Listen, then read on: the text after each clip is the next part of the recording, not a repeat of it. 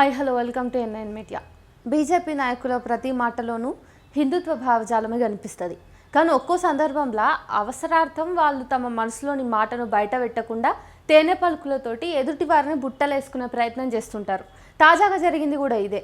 జమ్మూ కాశ్మీర్లోని పహల్గామ్ ఉగ్రదాడి ఆపరేషన్ సింధూర్ తర్వాత భారత్ వైఖరిని ప్రపంచ దేశాలకు చాటి చెప్పేందుకు మోదీ ప్రభుత్వం దౌత్యవేత్తలు, వివిధ పార్టీల నేతలతోటి కూడినటువంటి ప్రతినిధి బృందాలను 33 దేశాలకు పంపించిన విషయం తెలిసిందే. ఈ బృందాలలోని బీజేపీ, శివసేన సభ్యులు భారత్ను ఒక లౌకిక దేశంగా చిత్రించేందుకు గాను దేశంలోని ముస్లింలకు సమాన హక్కులు లభిస్తున్నాయని, వాళ్ళు ఎలాంటి హింసను ఎదుర్కోవడం లేదని చెప్పేసి నమ్మించేందుకు నానా తంటాలు పడ్డారు. ఇది వారి కరడుగట్టిన హిందుత్వ వైఖరికి పూర్తిగా భిన్నమైనటువంటి అంశం. అయినప్పటికీ అలా చెప్పుకోవటం వారికి తప్పడం లేదు.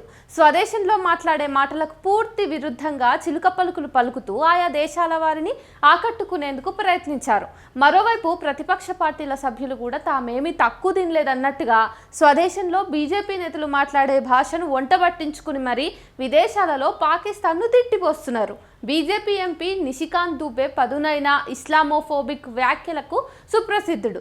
మాజీ ప్రధాన ఎన్నికల కమిషనర్ ఎస్వై ఖురేషీని ఏప్రిల్లో ముస్లిం కమిషనర్ అని ఎగతాళి చేశారు. ఇంతకీ ఖురేషీ చేసిన తప్పేమిటంటే వక్ఫ్ సవరణ చట్టాన్ని వ్యతిరేకించడమే. మరి ఇప్పుడు దూబే ఏం చేస్తున్నారు?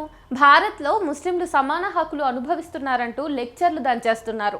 తన ప్రతినిధి బృందంలో వివిధ మతాలకు చెందిన సభ్యులు ఉన్నారని గుర్తు చేశారు. పాలస్తీనాలో ఇజ్రాయెల్ సాగిస్తున్న మారణ హోమంపై మాట్లాడుతూ భారత్ ఎప్పుడూ 2 దేశాల సిద్ధాంతాన్ని సమర్థిస్తుందని తెలిపారు.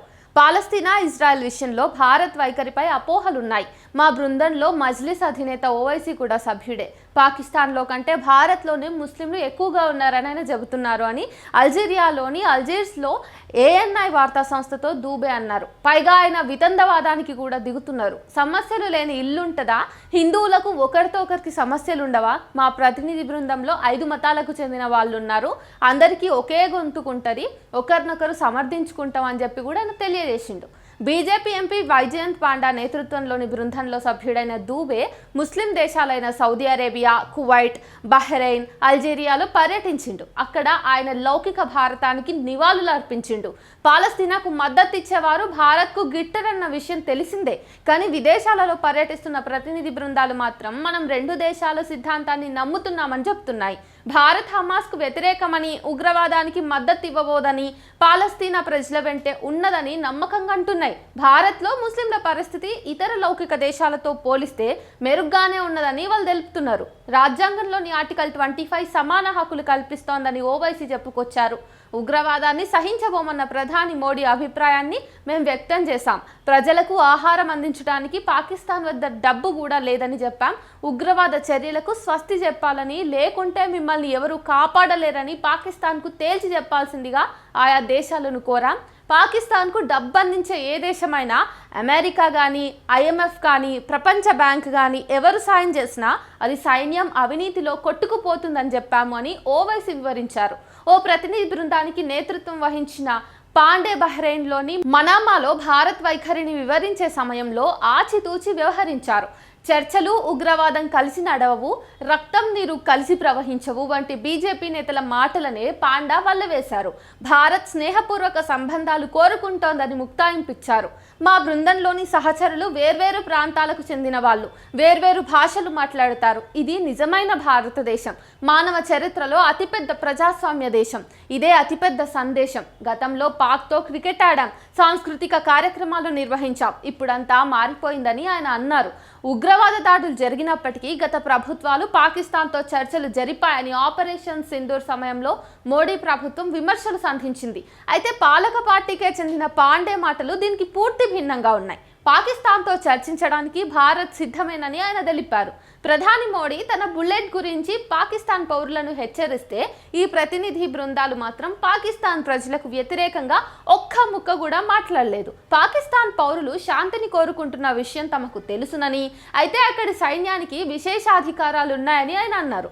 ప్రతినిధి బృందంలో సభ్యుడైన కాంగ్రెస్ మాజీ నేత, జమ్మూ కాశ్మీర్ మాజీ ముఖ్యమంత్రి గులాం నబీ ఆజాద్ను పాండా పొగడ్తలతో ముంచెత్తారు. Britain, France, Germany, EU, Italy, డెన్మార్క్కు వెళ్లిన ప్రతినిధి బృందానికి బీజేపీ ఎంపీ రవిశంకర్ ప్రసాద్ నాయకత్వం వహించారు. పహల్గాం ఉగ్రదాడిలో భర్తను కోల్పోయిన నవవధువు యొక్క మానవ హక్కులను ఆయన ప్రస్తావించారు. అయితే ఉగ్రదాడిలో మరణించిన లెఫ్టినెంట్ వినయ్ నర్వల్ భార్య హిమాన్షి నర్వల్ పేరును ఆయన మాట మాత్రంగా కూడా ఎత్తలేకపోయిండు.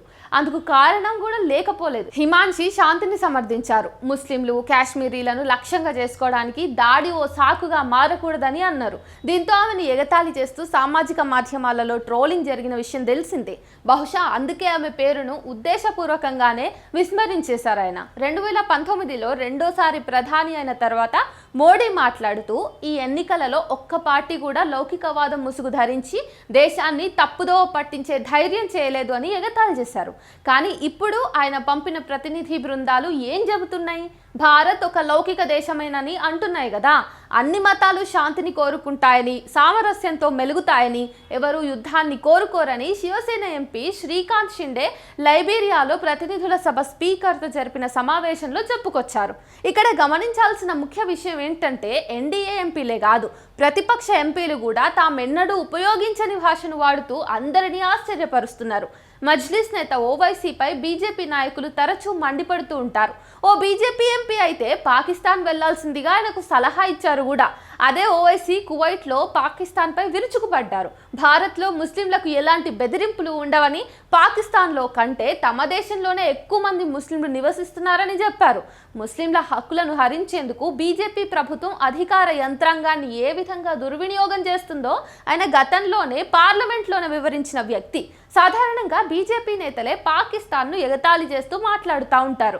ఇప్పుడు ఆ జాబితాలో ఓవైసీ కూడా చేరిపోయాడు. కాంగ్రెస్ నేత శశి థరూర్ ప్రతినిధి బృందంలో చేరినప్పటి నుండి పార్టీలో చెలరేగిన రాజకీయ వివాదానికి కేంద్ర బిందువుగా మారారు. 2016లో యూరీలో దాడి జరిగినప్పుడు భారత్ నియంత్రణ రేఖను దాటి పాకిస్తాన్పై సర్జికల్ స్ట్రైక్ జరిపిందని ఆయన పనామాలో చెప్పారు.